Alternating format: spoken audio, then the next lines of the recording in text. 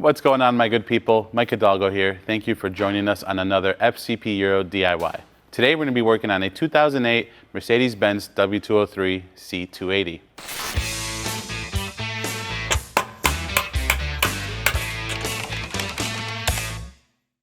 Today on the C280 behind me, we're going to be covering how to replace your rear shocks.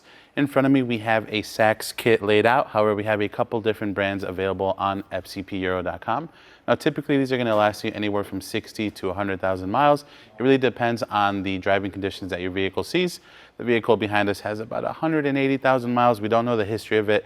All we know is that it's riding like a Cadillac, maybe a 76, nice and cushy in the back, and not in a good way. A couple things to note when you're considering replacing your shocks is, are they bad? How can you tell if they're bad? What to look out for? First things first is, as you're driving, it's just going to be the driving condition of the vehicle. If you feel like you're bouncing around everywhere, even over small bumps, then more than likely some component is worn. These don't typically last very long to begin with. They're small units, so they tend to lose their force after, again, 60 to 100K. Another thing to note is any squeaky noises or sounds of bushings maybe disintegrating or no longer there. These are small little buffers that sit in between the plates that all get sandwiched together, and over time they lose their absorption, so the ride can get a little bit noisy. What's great about these Sachs kits, as well as some of the other brands we carry, is they carry all the hardware that you need to do this job, including the strut mounts and the hardware themselves. And last but not least, an easy thing you can do is simply go out to your vehicle if you want to grab a corner and just simply push down on it. If it's super easy to push down on and the car's bouncing up and down, then more than likely your shocks and or struts are worn. But before we get into this DIY, let's take a look at some of the tools we're going to need for this job. Aside from a traditional socket set and wrenches, some of the things we recommend having are torque wrenches, so you can do finalized torque settings. As far as ratchets go, we have a 1/2 inch drive all the way to a 1/4 inch drive. 1/4 inch is not necessary. That's just what we're going to be using our 10mm socket with. Starting with that socket, we also have a 16 as well as a 17, an E-Torque 16 and a 17mm socket for our lug bolts. More specialized will be something like a small pick or small screwdriver. There's a couple tiny clips in the trunk trim that we need to remove, as well as a trim removal tool comes in handy. Even more specialized than that is the CTA pass-through socket set. This is CTA 7466. That's going to be coming really clutch when we go to remove the old shocks and assemble our new ones. So while you can go without using that, it makes life easier. If you're not going to be using a pass-through socket set, then wrenches and a set of pliers will work just as well.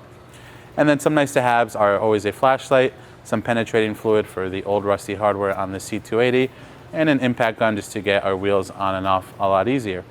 Now we know what we're working with, let's go ahead and get started on this DIY. Before we rip anything apart, let's do a quick little bounce test back here. Not a lot of forces going into that. So let's go ahead and change out these shocks. We're actually going to start in the trunk first, so let's get to it. All right, my good people, so like I mentioned, we're going to start in the trunk of the C280 first. We're going to remove a couple trim pieces and carpeting so we can access the top of our shock mounts.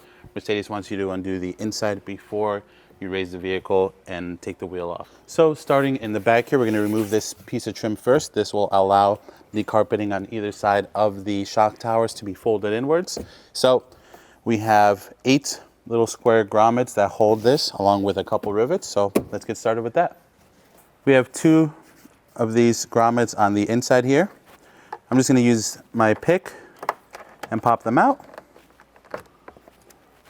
There's also a small sleeve that sits inside of here. This opens up when the rivet goes through it and expands and locks it in. So sometimes they can stay in the plastic, sometimes they come out. I'll show you here again. This one came out as one, not a big deal. We'll go ahead and just set them on the table. We have 4 on this top edge here that we're going to go ahead and remove. If the expanding portion of the rivet doesn't come out, it can go ahead and stay in the plastic, not the end of the world. And we have 2 more on the inside here as well.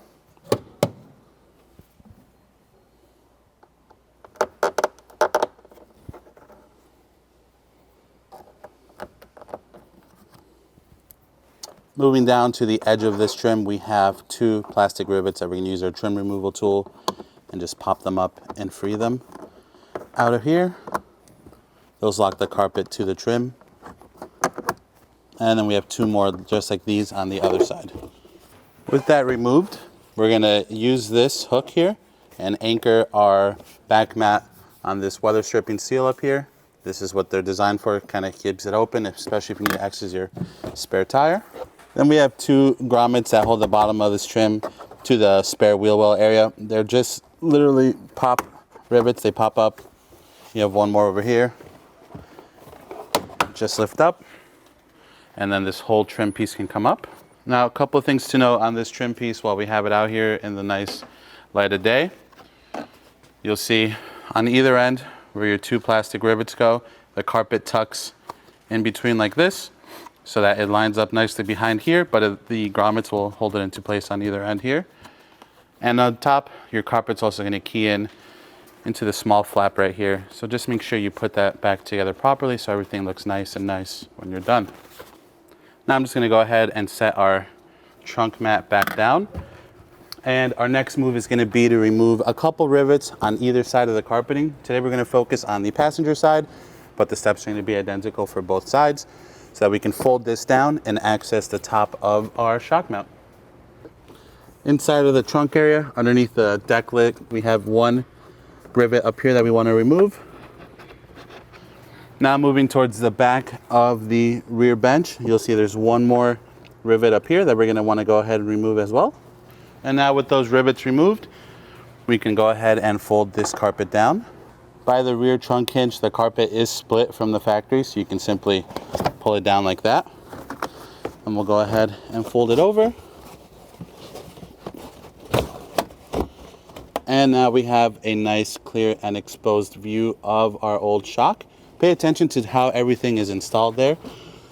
We're going to make sure that we replicate that when we install our new hardware on there. But to get started, we're going to grab our pass-through socket set and get ready to remove that top locking nut. We're using our 17mm socket. Again, if you don't have a pass-through socket set, you can use a wrench and maybe some vice grips or pliers to counter hold. But this is a 5x8mm counter hold tool from that CTA tool set. And now that we have our nut removed, we want to pay attention to what comes next. In this case, we have a large washer, which we have a new one of.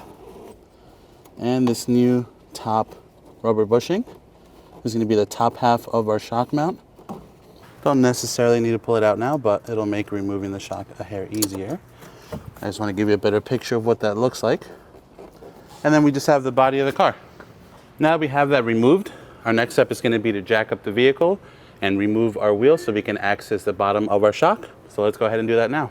With our vehicle up in the air, you can see our wheel is sagging a little bit more than normal. That's completely normal since we just undid the top of the shock mounts. Next, we're going to work on removing the 5 17mm lug bolts. If you do not have an impact and you're working on the ground at home, make sure you break these free with a breaker bar first before raising the vehicle. Then you can go ahead and remove them the rest of the way. We're going to grab our 17 on the Milwaukee and just zap them off. Now that we have our wheel off, we have a better view of where we're going to be working. We can see the top of the shock here, which we'll show you in just a moment. But for now, we're going to go ahead and get underneath the car and work on removing some covers so we can access the lower bolt to our shock body. Under the W203, we're going to start by removing this protective cover under our lower control arm bolt. It is held in by two 10mm bolts, as well as just some plastic clips on either side. This car is a bit crusty. I'm going to give them a quick splash of penetrant fluid. I'm using some PB Blaster here, but I would recommend you do that before you try to take them off, just so they don't risk breaking. That's just one more annoying thing in your way. With those removed, now we can work on pulling the cover off, just prying from either side.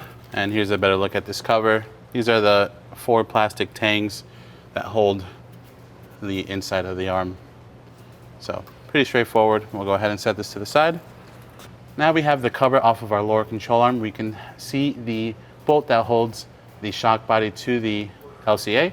In this case, it's an E-Torx bolt. So again, just keep in mind, sometimes hardware may change, whether this is original or someone else has swapped it out in the past and used a different style bolt.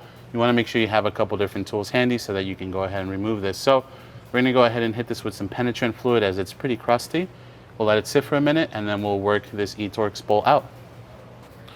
I'm going to be using a 16mm wrench to counter hold the nut on the back. It's a bit crusty here, so gotta really work it on there. And then we have our E-Torx socket. This is an E16. That's what we're going to use to remove the head of this bolt. With our wrench in place, I'm going to put my E16 on my 3/8 drive ratchet. And we're just going to go ahead and break this bolt free. There's our old hardware out. We can go ahead and toss this. The good people over at Sachs provide us with some new hardware. Now it's just a matter of wrestling the shock out of the lower control arm and then out from the top of the strut tower, or shock tower in this case. One thing to note, sometimes these can still have some juice left in them, which can make it a little bit tough to get the body to compress on the shock and then pry them out. So just keep that in mind. We're gonna get a little bit more eye level with the car and go ahead and work that shock out. All right, now we're gonna go ahead and work on compressing the shock body. I like to use the lift here in my favor and just kind of pull down on it. Sometimes you can use a pry bar from underneath.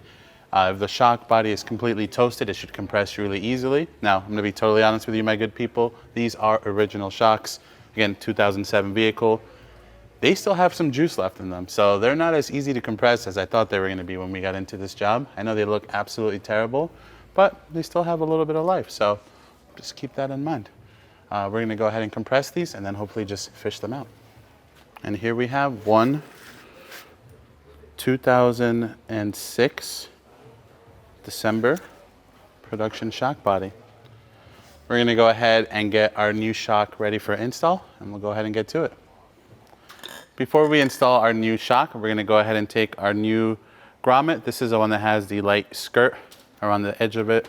This one's gonna sit in the cupped portion of the top of the bellow here. Pretty straightforward. Goes on one way. You make sure the skirt portion or the edge of it covers the top of the bellow. That's gonna keep debris out. And then from there, we're gonna feed it into the wheel well behind this brake hose. And we're gonna line up the bottom of our shock body with the location on the lower control arm for our bolt. All right, now we're gonna feed the shock body up and under. Kind of the same way we pulled it out. We're gonna compress it from the top after the fact. But for now, I'm just poking it over in the wheel well. And then we're gonna seat it down in here. And then I'm just gonna feed the new bolt through for now, just to keep it from moving around down here. And I'm just gonna throw the nut on it so the bolt doesn't fall out. Now we're gonna focus back up top. We're gonna compress the shock body down and make sure the top of our shaft goes into the shock tower. That can stay like that. We're gonna continue tightening up the hardware down here and just wrapping up everything underneath the wheel well, put our wheel back on. So let's get to it. All right, now that we have everything secured down here and up top, we're gonna go ahead and tighten down this bolt. We're gonna use a 16mm wrench to counterhold and a 16mm socket to snug it up. Then we're gonna torque it down to 55 Newton meters. All right, not a whole lot. Now we can get our cover back on. Went ahead and gave it a light, quick clean while it was off.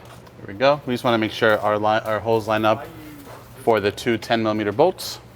If you wanna torque these down, the torque spec is 8 Newton meters. We're just gonna snug them down. They're too small, little 10mm bolts. All right, now that those are situated, we can get a little bit eye level with the vehicle and get our wheel back on. So let's do that next. All right, before we hop back in the trunk, we're gonna put our wheel back on so we can lower the vehicle's weight onto the shock and tighten up everything nicely. So wheel, 5 17mm lug bolts. Let's get to it. We'll do the final torque once the car's on the ground. Always start your lugs by hand or lug nuts, whatever it is that you're working with. The last thing you want to do is cross thread these. Otherwise you're going to be in a world of hurt. And now we can lower the car down and give them the final torque value. We have our torque wrench set to 90 foot-pounds, 122 Newton meters. We're going to tighten down our 5 lug bolts and then we'll hop back in the trunk to finalize this DIY. Always tighten your lugs in a star pattern whenever possible. Boom, baby. And with that, let's hop over to the trunk. All right, with our vehicle back on the ground, we can go ahead and secure the top half of our shock mount here. One thing I want to show you real quick. Here is our old top bushing. Here's our new one. You can see how much that has sandwiched over time just from being compressed. I mean, that's what it's going to end up looking like when we secure everything, but this is not springing back into shape. So it's definitely toasted, definitely worn out, definitely a good thing to replace.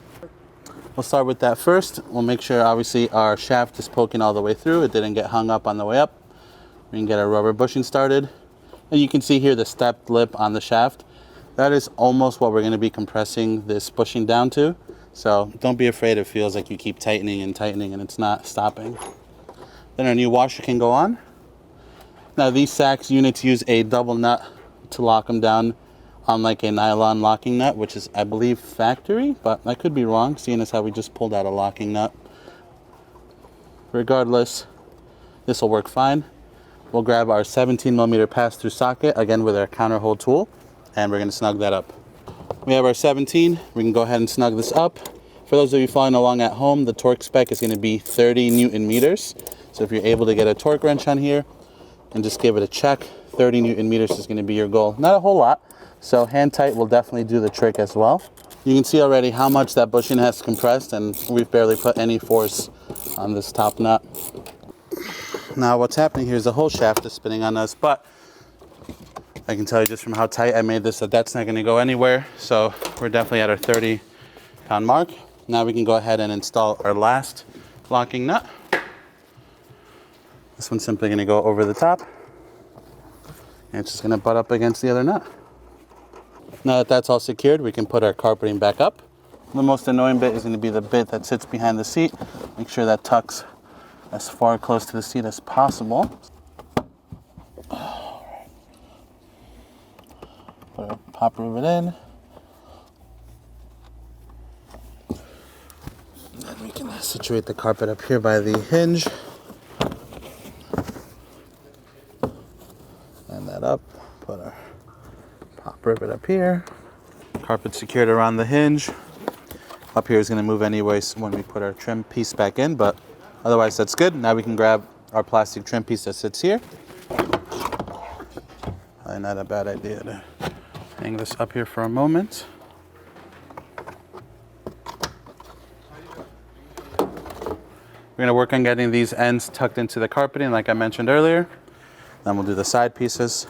So come forward like that. These two grommets will just kind of sink back into the studs that are sticking up from underneath. Now with that in place, we can reinstall the 4 rivets, 2 on either side, after we secure our carpet properly. And then we're left with our 8 clips, 2 on the inboard on each end and 4 down the middle that hold this trim into place. All right.